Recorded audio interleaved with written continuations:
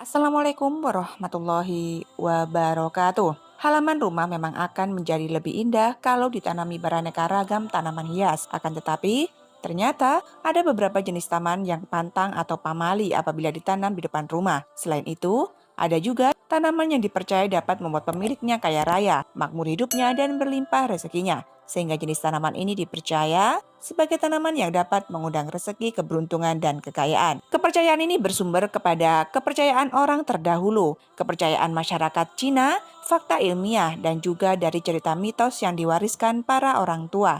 Yang pertama, pohon yang dipercaya sebagai pohon yang tidak baik ditanam di depan rumah yaitu pohon sawo. Pohon sawo yang batang pohonnya sudah besar dipercaya menjadi tempat tinggal makhluk halus kasta tinggi. Penunggu pohon sawo besar terkadang berwujud seperti Punokawan yang merupakan tokoh dalam pewayangan. Ada juga yang mengatakan bahwa pohon sawo menjadi lokasi tempat tinggal para hantu. Pohon sawo di depan rumah menjadi tempat tinggal yang nyaman bagi hantu jenis pesugihan, misalnya buto ijo dan tuyul. Katanya, pohon sawo yang dihuni oleh makhluk halus hanya pohon yang ditanam di depan rumah dan juga di pinggir jalan. Apabila pohon tersebut ditanam di belakang rumah atau di ladang, maka pohon sawo tersebut tidak akan dihuni oleh makhluk halus. Lalu yang kedua, masih satu jenis dengan pohon sawo, tapi bukan sawo yang buahnya berwarna coklat, melainkan yang buahnya berwarna hijau, yaitu sawo Manila atau buah kenitu. Menurut kepercayaan masyarakat Jawa, anak kecil yang berada di bawah pohon sawo hijau pada waktu maghrib, maka akan disesatkan pandangannya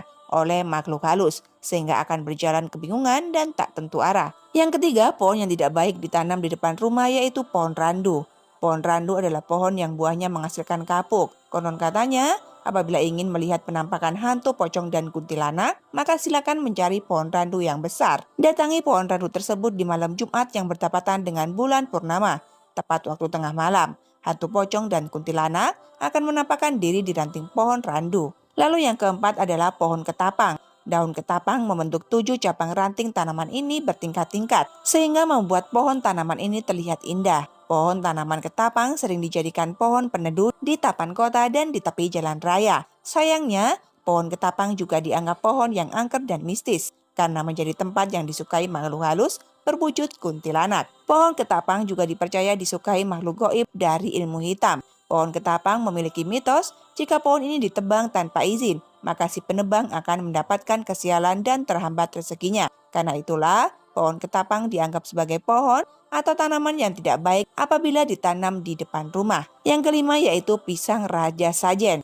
Pisang sesaji atau pisang raja sajen pada saat jantung pisangnya akan keluar dan mengarah ke bawah. Konon katanya pada saat itu ada makhluk halus bernama Banaspati yang sudah menunggu. Makhluk halus tersebut menyukai air yang menetes keluar bersamaan dengan keluarnya jantung pisang tersebut. Banyak yang percaya bahwa suatu tempat yang dikunjungi hantu Banaspati, maka tempat itu akan diselumuti aura panas selama 3 hari. Aura panas yang dimaksud bukan panas yang membuat kulit melepuh atau panas yang membuat tubuh berkeringat. Aura panas yang dimaksud adalah aura panas mistis yang membuat suatu tempat menjadi tidak nyaman. Apabila tempat yang didatangi Banaspati adalah warung atau toko, maka bisa membuat warung dan toko tersebut menjadi sepi. Jika ingin menanam pisang raja sajen, sebaiknya di belakang rumah saja atau ditanam di ladang. Pohon yang dipercaya bisa membawa sial apabila ditanam di halaman rumah yang keenam adalah pohon nangka. Pohon nangka yang pohonnya belum terlalu besar jika ditanam di area halaman akan mempercantik halaman rumah. Apalagi kalau berbuah, maka akan terlihat lebih indah. Tapi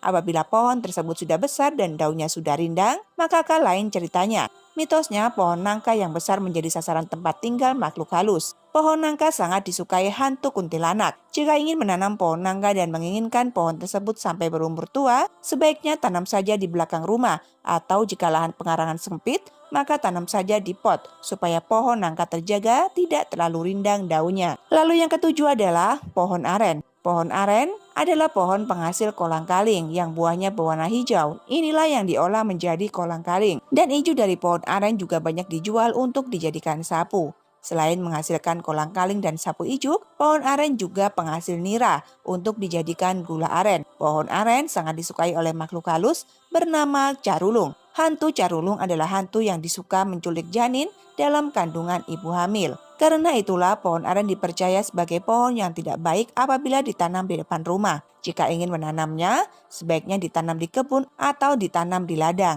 Yang kedelapan adalah tanaman bunga kembang seribu. tanaman bunga hydrans atau hortensia atau tanaman yang lebih dikenal dengan nama kembang seribu adalah tanaman bunga yang memiliki tampilan cantik dengan kelopak bunga besar dengan warna indah seperti warna biru, warna ungu, warna merah muda, dan warna putih. Karena bunganya yang indah inilah menjadikan bunga kembang seribu adalah salah satu jenis bunga populer di dunia. Akan tetapi di balik keindahannya, bunga kembang seribu ini memiliki racun yang dapat membahayakan manusia serta hewan peliharaan. Maka dari itu perlu berhati-hati saat menanam dan merawat bunga kembang seribu ini. Sebaiknya jangan menanam bunga ini di depan rumah seperti di halaman rumah atau di teras rumah. Tanaman hydrans atau kembang seribu ini mengandung zat amigdalin, yaitu gilkosida cyanogenik yang merupakan senyawa yang mengandung gugus racun sianida. Setiap bagian bunga kembang seribu mengandung zat amigdalin. Itu artinya apabila menelan daun ini, menggigit bunga atau batang dari tanaman bunga ini dapat menyebabkan keracunan sianida. Lalu yang kesembilan adalah jenis tanaman yang bunganya sangat disukai makhluk halus, yaitu bunga kantil. Berdasarkan mitos yang berkembang di masyarakat bahwa aroma dari bunga kantil sangat disukai oleh makhluk halus yang berjenis perempuan seperti kuntilanak, wewe gombel, dan sundel bolong. Selain aroma dari bunganya disukai oleh makhluk halus, pohon dari bunga kantil yang sudah besar juga dimitoskan sering dijadikan tempat tinggal oleh makhluk halus. Oleh sebabnya, pohon bunga kantil dipercaya oleh banyak orang sebagai tanaman yang tidak baik apabila ditanam di halaman rumah. Jika ingin menanam bunga kantil, lebih baik ditanam di samping rumah atau ditanam di belakang rumah. Tanaman yang ke-10 adalah belimbing wuluh. Banyak yang percaya bahwa menanam belimbing wuluh di halaman rumah akan membuat pemilik rumah sering diganggu oleh makhluk halus. Gangguan yang akan dialami berupa sering sakit dan sakitnya tidak wajar. Itu karena pohon belimbing wuluh merupakan salah satu jenis pohon yang sering dijadikan tempat singgah makhluk halus. Lalu yang ke-9 adalah tanaman gantung, foxgloves. Tanaman hias berbentuk lonceng berwarna ungu ini memang sangat unik. Akan tetapi, di balik pesona indahnya, tanaman foxgloves ternyata mengandung racun. Apabila bagian dari tanaman ini tertelan, maka bisa menyebabkan kejang, badan gemetar, dan denyut nadi melemah. Kalau tertarik merawat tanaman hias ini, pastikan meletakkannya di tempat yang aman, tidak terlalu dekat dengan teras rumah. Lalu yang ke-12 adalah tanaman bunga lantana. Tanaman lantana memiliki bunga yang berukuran mungil berwarna putih, berwarna kuning, merah, dan berwarna ungu. Terkadang dalam satu kelopak bunga terdapat warna bunga yang berbeda. Daun dari tanaman ini mengeluarkan aroma jeruk yang harum ketika diremas. Yang harus diwaspadai bahwa semua bagian tanaman bunga lantana mengandung racun. Apabila bagian dari tanaman bunga lantana sampai tertelan, maka bisa berbahaya untuk manusia dan hewan peliharaan. Sebaiknya tanaman ini tidak ditanam di area depan rumah seperti di halaman atau di teras rumah. Lalu yang ke-13 adalah tanaman hias bunga anggrek. Dalam kepercayaan masyarakat Cina, bunga anggrek melambangkan kecantikan dan kebahagiaan dalam hubungan keluarga berdasarkan warna bunganya. Bunga anggrek warna merah muda dapat menjaga hubungan yang harmonis dalam keluarga. Bunga anggrek putih melambangkan ketenangan, kejernihan, kepolosan, dan kedamaian. Karena itulah bunga anggrek sangat cocok diletakkan atau ditanam di dekat teras rumah. Lalu yang ke-14 adalah tanaman hias berbunga bernama wisteria. Wisteria merupakan tanaman hias dengan bunga cantik yang tumbuh dengan menjuntai ke bawah. Tanaman hias ini populer di Jepang dan Cina.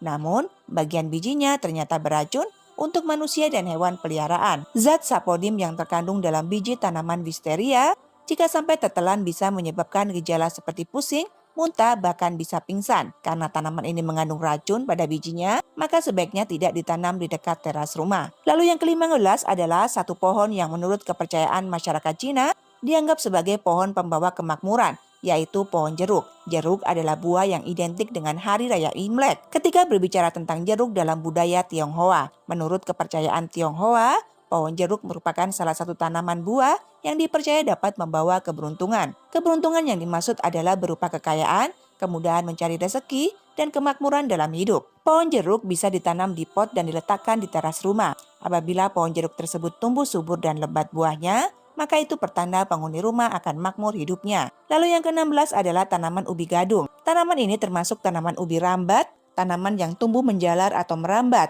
Ubi dari tanaman gadung ini bisa dikonsumsi. Akan tetapi perlu proses yang tidak mudah untuk mengelola ubi dari tanaman ini supaya dapat dimakan. Karena tanaman ubi gadung mengandung racun. mulai dari batangnya yang menjalar sampai dengan ubinya yang berada di dalam tanah. Itulah sebabnya tanaman ubi gadung adalah jenis tanaman yang tidak baik apabila ditanam di depan rumah. Karena batangnya yang menjalar dari tanaman ini dapat mengeluarkan cairan semacam getah dan sangat beracun. Apabila cairan dari batang tanaman gadung sampai tertelan, maka kurang dari 1 jam orang yang menelan cairan getah dari tanaman gadung ini, perutnya akan merasa mual, kepalanya terasa pusing, dan muntah-muntah. Sebaiknya tanaman ini tidak ditanam di dekat rumah. Cairan getah dari tanaman ini sangat bening, tidak terlihat, dan sangat berbahaya. Apabila tangan anak tidak sengaja terkena getah di tanaman ini, lalu menyentuh makanan, maka makanan yang disentuhnya akan mengandung racun gadung. Lalu yang ke-17 adalah tanaman sukun.